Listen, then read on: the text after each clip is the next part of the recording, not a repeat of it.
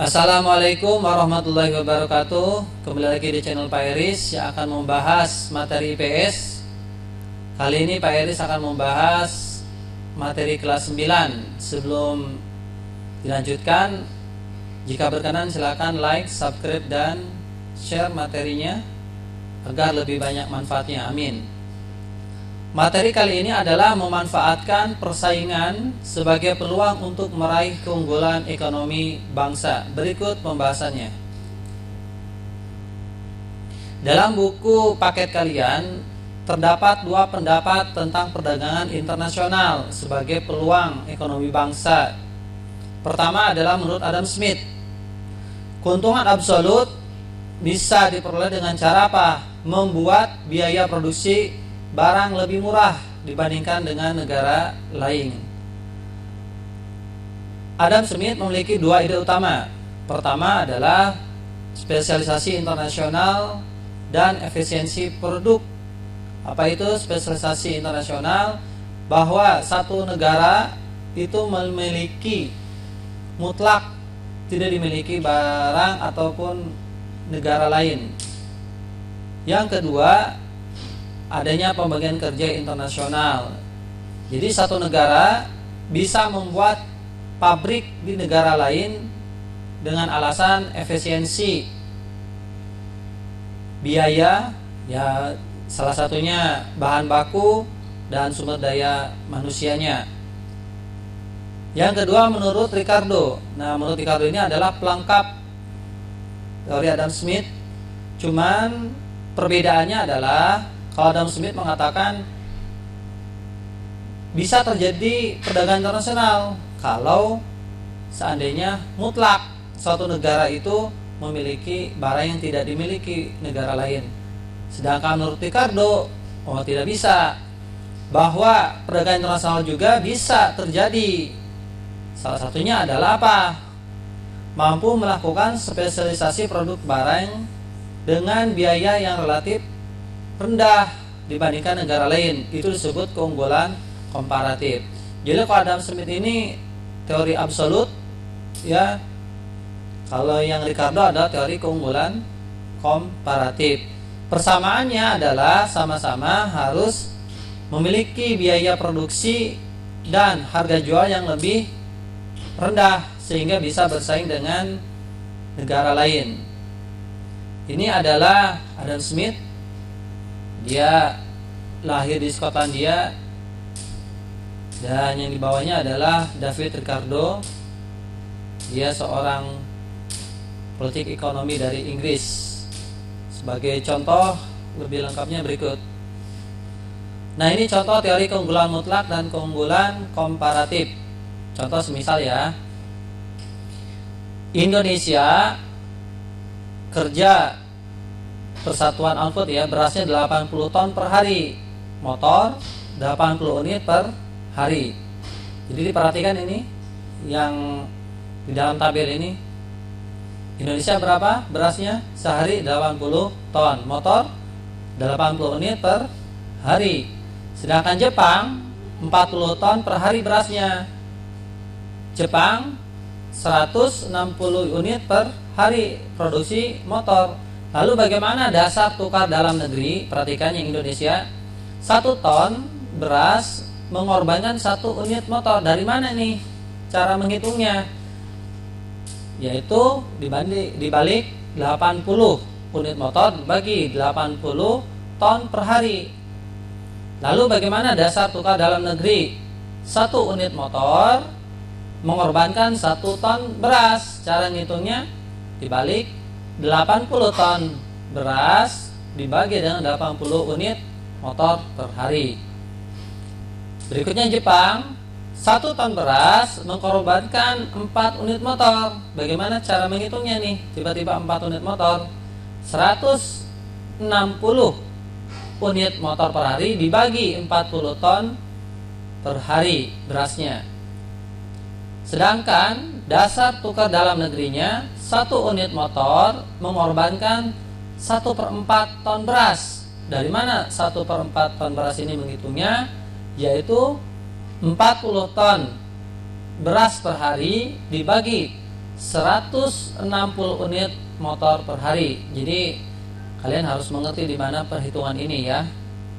Sehingga kesimpulannya adalah Indonesia unggul dalam produksi beras daripada Jepang.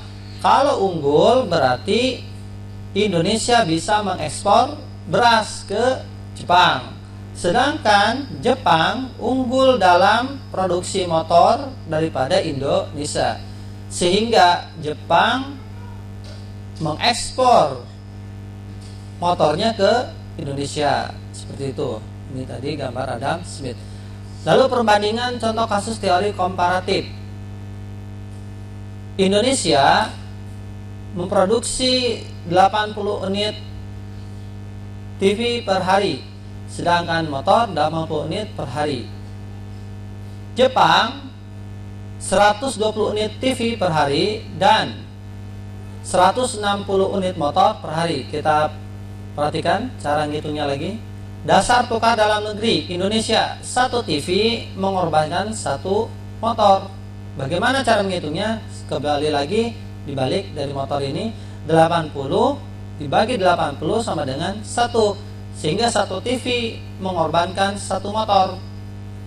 Dasar tukar dalam negerinya lagi, 1 motor mengorbankan 1 TV. Cara ngitungnya bagaimana?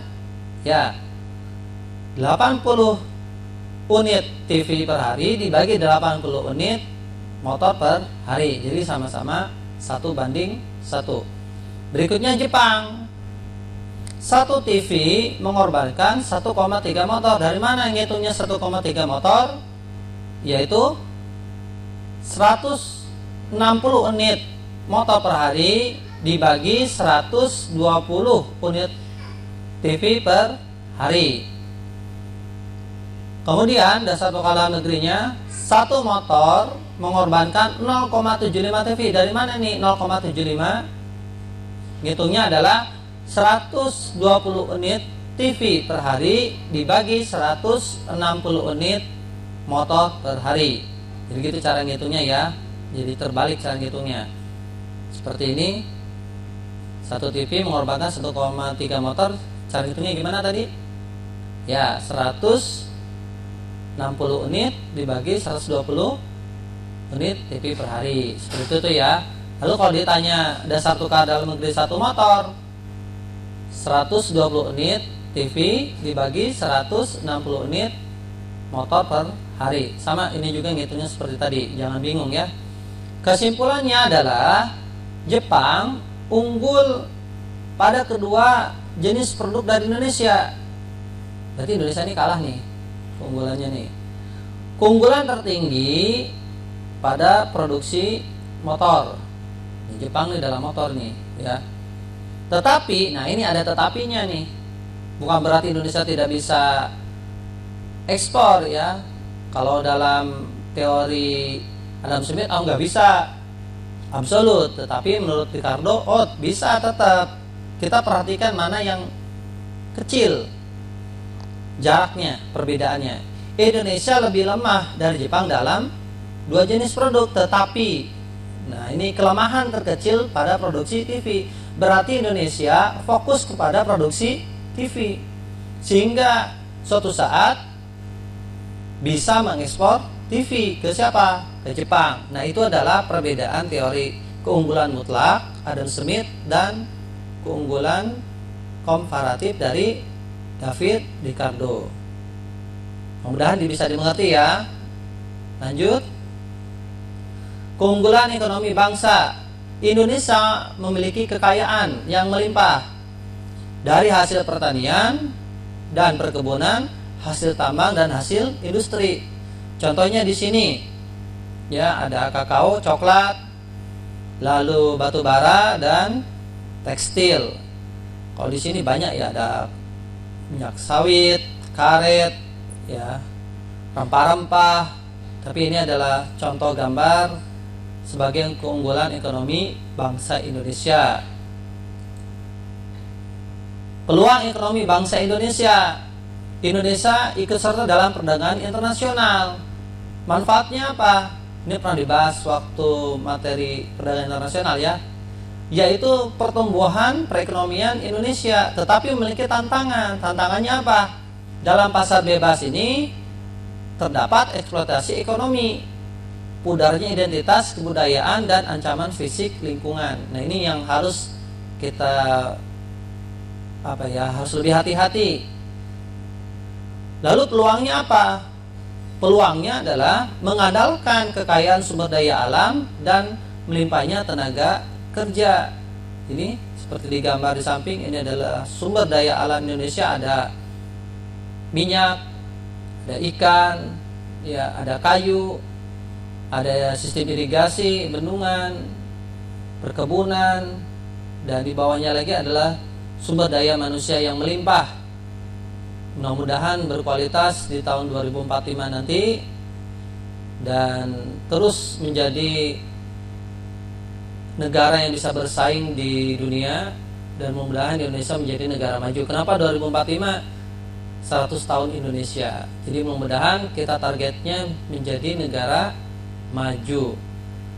Oke, itu saja. Mudah-mudahan kalian bisa mengerti bagaimana menyikapi atau peluang ekonomi bangsa Indonesia di internasional, bisa manfaatkan dengan sebaik mungkin dengan pembangunan berkelanjutan, serta memiliki sumber daya manusia yang berkualitas sehingga bisa memanfaatkan peluang-peluang yang ada di Indonesia.